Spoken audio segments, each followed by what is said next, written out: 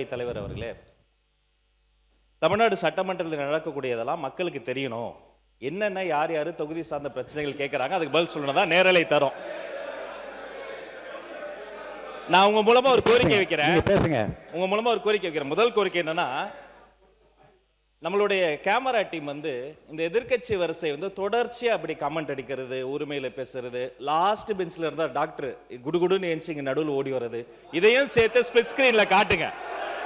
ரெண்டாவது, மதிப்பிற்குரிய எதிர்க்கட்சி தலைவர் அவர்கள் பேசுகிற போது லைவை பத்தி சொன்னார். உண்மைதான், அவங்க வந்து நேரலையை வந்து கடந்த ஆட்சியில் மதிப்பிற்குரிய முன்னாள் முதல்வர் அண்ணன் மு.க. ஸ்டாலின் ஆட்சியில் அதை தொடர்ந்தாங்க. ஆனா ஒரு நேரலை என்பது வெறும் ஆளுங்கட்சிக்கு சாதகமா இல்லாம முதல் முறை ஆட்சி நேரலை மட்டுமல்ல, முழுமையான நேரலை என்பது வெற்றி தலைவருடைய ஆட்சியில தான் தொடர்ந்து கொடுத்துக்கிட்டு இருக்கோம்.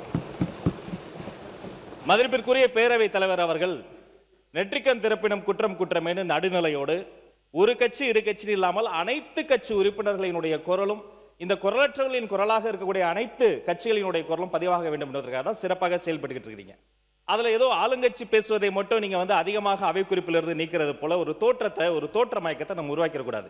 யாரு எந்த கட்சியை சார்ந்தவர்கள் மரபு மீறி எந்த வார்த்தை சொன்னாலும் நீக்கக்கூடிய நடுநிலையான சபாநாயகர் இந்த மாமன்றத்துக்கு கிடைத்திருக்கிறது என்பதை நான் சுட்டிக்காட்டுகிறேன். இன்னொரு விஷயத்தை நினைவு கூற விரும்புறேன். மதிப்பிற்குரிய பேரவைத் தலைவர் சேம்பர்ல ஒரு முறை ஒரு முக்கியமான கேள்வி வந்தது. நாங்கள் அதை கேட்டு அதிர்ச்சி அடைஞ்சோம். என்னன்னா, கடந்த 2 ஆண்டு காலமாக இந்த நேரலையை அரசுக்கு சொந்தமான ஆல் இண்டியா ரேடியோவிலேயே கொடுக்காம நிறுத்தி வைத்ததாகவும், நீங்க கொடுப்பீங்களான்னு வந்து மதிப்பிற்குரிய பேரவைத் தலைவர் கிட்ட நான் இருக்கும்போது கேட்டாங்க. இதை குறித்து கலந்து ஆலோசித்து தொலைக்காட்சி மட்டும் கிடையாது, வானொலியிலையும் நேரலை போட்டு குக்கிராமத்தில் இருக்கவங்கள கேட்கட்டும் முடிவெடுத்த சபாநாயகர் நீங்க. இந்த நேரத்தில் அதற்காக உங்களுக்கு நான் நன்றியும் சொல்லிக்கிறேன். அதன் பிறகு எங்களுடைய மாண்புமிகு தமிழ்நாடு முதலமைச்சர் எப்போதும் எதுவாக இருந்தாலும் ஒரு சின்ன செய்தி, அது வந்து ஒரு விஷயம் வந்து வந்தா கூட பள்ளிக்கல்வித்துறை சார்பாக உடனே தொலைபேசியில் அழைத்து அது குறித்து கடுமையான நடவடிக்கை எடுக்க சொல்லுவார். இந்த மாமன்றத்தில் ஆல்ரெடி அந்த ஃபைல்ஸ் இருக்கிறதே ஒரு சுட்டி காமிச்சார். அந்த இஷ்யூவே நான் தான் ஏஞ்சி சொன்னேன், அவர் ஆதாரத்தை எடுத்துட போறாரு அப்படின்னு. இந்த நேரத்தில் அவர் சாதாரணமா இருந்தாலே அதெல்லாம் பண்ணாத போறாரு. மாண்புமிகு எதிர்க்கட்சி தலைவர் அவர்கள் காட்டுன்றாரு. அவருடைய கோரிக்கையை கட்டாயமாக முதல்வர் நிறைவேற்றுவார் என்பதையும் கூறிக்கொள்கிறேன். 2 வார்த்தை மட்டும் கோரிக்கை.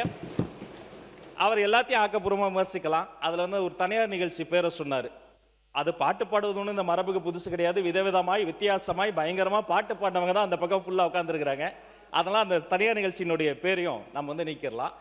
இவரை தான் நியமிக்கணும், இவரை நியமிக்க கூடாது. இந்த தொழில் உயர்ந்தது, இந்த தொழில் தாழ்ந்ததுலாம் கிடையாது. இது இன்க்ளூசிவ் கவர்மெண்ட், அனைவருக்கும் அதிகாரம், அனைவருக்குமான ஒரு விஷயம் தான் நேர்மையான முறையில் பை மெரிட்ல போயிட்டே இருக்குது. அதனால ஒரு குறிப்பிட்ட ஒரு விஷயத்தை மட்டும் சுட்டி காட்டுகிற பொழுது அது வந்து ஏற்புடையதல்ல. அது மட்டும் கிடையாது, இந்த சினிமாவில் வரக்கூடிய அந்த பஞ்ச்டைல் அதை கூட நீங்கள் அவை குறிப்பில் நீக்கிட்டீங்க. அதை போன்ற விஷயங்களை தவிர்த்து கொண்டு ஆக்கப்பூர்வமான கருத்துக்களை, அறிவுபூர்வமான சிந்தனைகளை அதை முன்வைத்து பேசினால் இந்த மாமன்றம் சிறப்பாக செயல்படும். உங்களுக்கு எங்களுடைய அத்தனை பேரின் சார்பில் ஒரு வாழ்த்துக்களையும் தெரிவித்துக் கொள்கிறேன். மிக சிறந்த சபாநாயகர் தமிழ்நாடு அரசியல் வரலாற்றில் இந்த மாமன்றத்தில் கிடைத்திருக்கிறது என்பதை பதிவு செய்கிறேன். எதிர்கட்சி தலைவர், பேரவைத் தலைவர், நான் உங்க சார்பாக பேசிட்டு இருக்கேன். இப்போ நீங்க நீக்கிட்டீங்க, ஆனா இப்போ இதெல்லாம் லைவ்ல போயிடுச்சு. இப்போ அதுக்கு என்ன பண்ண போறீங்க? அது என்ன நடவடிக்கை எடுக்க போறீங்க? அதாவது லைவ் கொடுப்பது நாங்க எதிர்க்கவில்லை, நாங்கள் பாராட்டுகிறோம். லைவ் நீங்க கொடுத்துருக்கீங்க, நல்ல முயற்சி, நாங்க பாராட்டுறோம். ஆனா அதுல இருக்கக்கூடிய பிரச்சனைகளை இங்க நான் சொல்றேன்.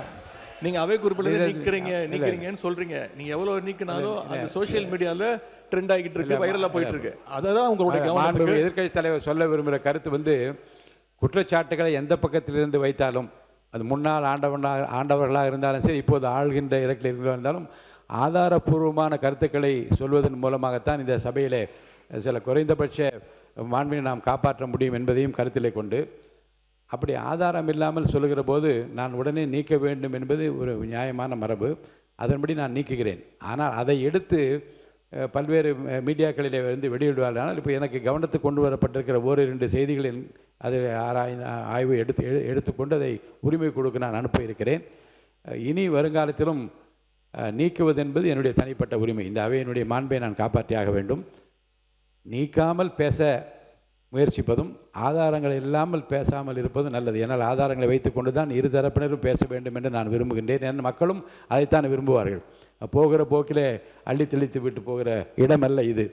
அது வெளி அரசியல் மேடைகளில் பேசக்கூடிய பேச்சும் அல்ல இங்கே பேசுகிற போது நம்முடைய அவனுடைய கண்ணியத்தையும் காப்பாற்ற வேண்டும். இந்த தமிழ்நாட்டு மக்கள் எதை நம்பி இந்த பொறுப்பை நம்ம ஒப்படைத்து இங்கே அனுப்பியிருக்கின்றார்களோ அவருடைய எதிர்பார்ப்பை நிறைவேற்றுகிற விதத்தில் நம்முடைய பேச்சு அமைய வேண்டும்.